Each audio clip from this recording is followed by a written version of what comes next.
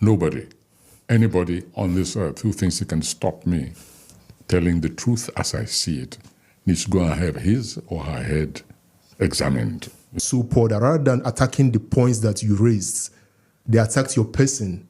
And so for me, my question would be, how did you feel looking at that, and how would you explain the obedient movement, or how can we come back from that in my Well, again, it has to do with education. I must tell you, by the way, that I didn't read all this, but of course, certain links were sent to me, especially when factual errors would be the wrong, when facts were being manufactured, quote unquote, being manufactured. I read these things, I was disgusted. There's no other word for it. I really was disgusted. And I know that it was, I realized, of course, it was orchestrated. Internet has become so promiscuous, and even venal. I know that there's a relay, I use the word relay mechanism, which is triggered into action by those who control what we call the trolls of the internet. And so my disgust and contempt, I just went about my business, because anybody on this earth who thinks he can stop me telling the truth as I see it needs to go and have his or her head examined. It's as elementary as that. But it was depressing to see those who wanted to be political leaders encouraging that kind of action, that kind of attitude in the youth. And my mind went to the expression, they don't know what they're doing. Those who sow the wind will reap the whirlwind. These very trolls, these foot soldiers whom they think, these myrmidons of hate, whom they've trained in that aspect. One of these days, they'll be astonished, they will turn on them and teach them a lesson. And so my attitude was very blasé, to remain blasé about the whole thing. But it is, for me, a sad phenomenon, especially for those who want to lead a multi-textured society, different religions, different ethnic groups, different worldviews, who actually want to preside over such group, as one. It means that they've already declared themselves incompetent to lead such an entity. Yeah. That's all.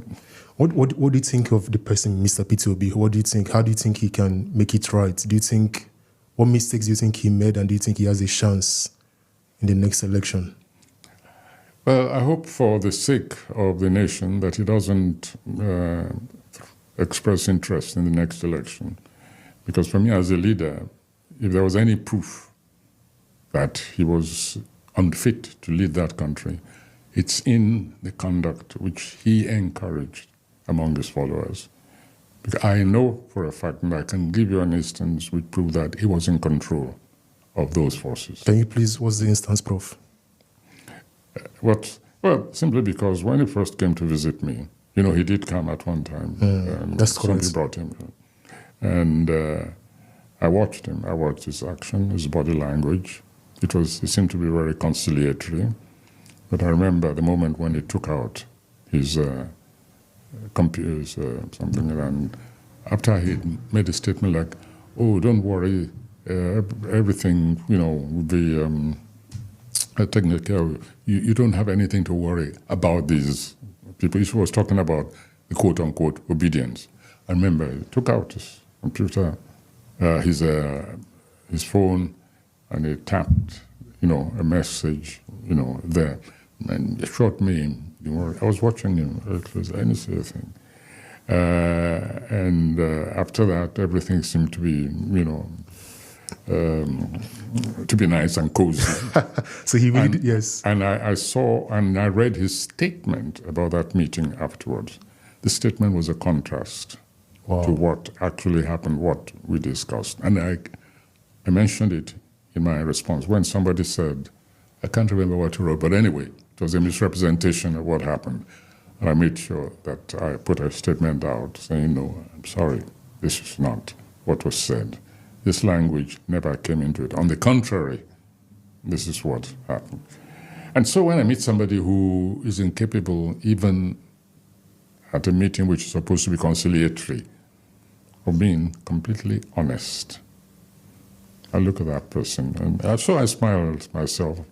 And of course, when I got to Stellenbosch and I was asked a question about this, I repeated exactly what had given, quote unquote, given offense. Only this time I made it even stronger.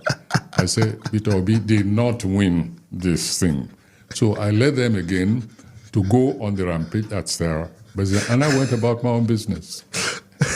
So and there were witnesses at the meeting. You don't take my word. Don't take my word for it. There were witnesses at the meeting. Yes. He came with 2 people, and 1 person was, and I said, ask them.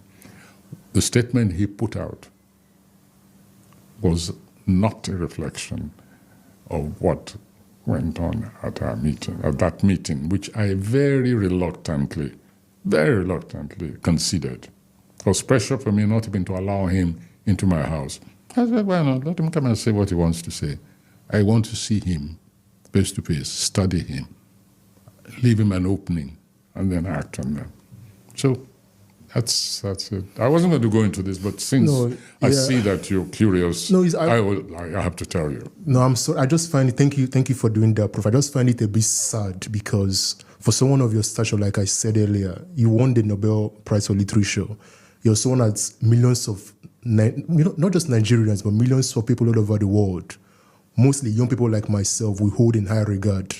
And I was so disappointed when the backlash came because for me, I see you as someone who is intellectually honest. You've been in the struggle. You were an activist when you were a student. You've gone to jail before. You've been in solitary confinement, and everything you've done for Nigeria and for the world at large. To find young people like myself degrade your person, I didn't know what to say, but I was like, this is not just how to do it.